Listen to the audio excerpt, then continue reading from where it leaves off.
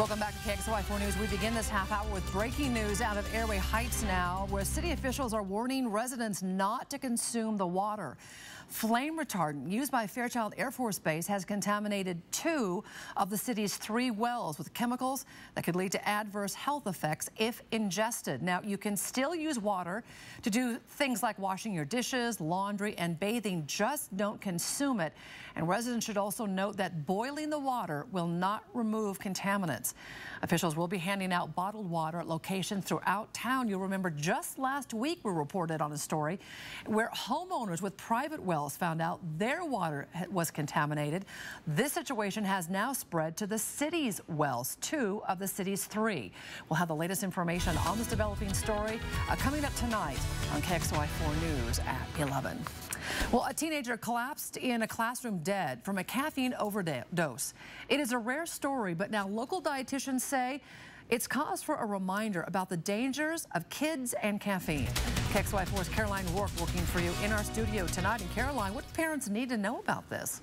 Well, Nadine, like you said, what happened to this young man in South Carolina is tragic but very rare. But it does make you think. According to the American Academy of Pediatrics, 73% of teens or kids say they drink caffeine in a day. For high school and college kids especially, drinking one of these sometimes seems like a necessity to make it through classes and tests and homework. But how much is too much? Davis Kripe was just 16 years old when he collapsed in a South Carolina classroom, having had a coffee, a Mountain Dew, and an energy drink in just 2 hours. Caffeine itself is not the issue. It's whether it's being done in excess or not, and it does tend to be something that people can get excessive with. The recommended daily amount of caffeine for adults is 400 milligrams a day. That's about 4 regular cups of black coffee. It's a reasonable amount, but definitely caffeine is something that people tend to overdo. Jen Rourke told us today that there actually is not an RDA for caffeine for kids because they're not supposed to be consuming it. As a dietitian and a mom, that's a rule she follows. Well, I have a 7-year-old, so nothing. Yeah, no caffeine, absolutely not. And, you know, who wants a hyper kid? The American Academy of Pediatrics suggests 100 milligrams a day for kids ages 12 to 18. Rob says that's a vague guideline. Just like any other medication or stimulant or additive, it's just something you shouldn't overdo. It is, after all, a drug, though a legal one. But ease of access means more kids are consuming it. I just had a 10-year-old that was drinking 3 diet sodas a day.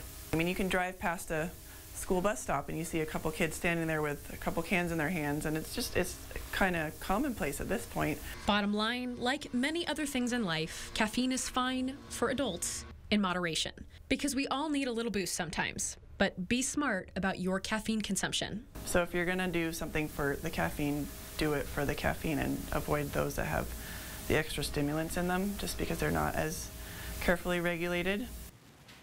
And to their credit, many of those energy drinks do actually have warnings on their cans, especially for younger kids consuming them. But that caffeine can be dangerous isn't really news. And parents, this might not be something that you specifically teach your kids. You might just keep them from drinking caffeine until they're older. But your schools do teach them. According to Washington State curriculum guidelines approved in 2016, you can see them there. Might be a little bit difficult to see. But your kids are taught to identify the difference between healthy and unhealthy drinks as early as kindergarten. In 4th grade, they really hammer home caffeine and sugary drinks and the effects that those have, but those in-between years are spent looking at the importance of drinking water and being able to identify the elements of a nutrition label. Again, no urgent threat to your children's health here, but this is definitely something to keep in mind, especially with the popularity of energy drinks and coffee. Reporting in studio, Caroline Rourke, KXLY 4 News. Yeah, pretty scary stuff. Thanks a lot, Caroline.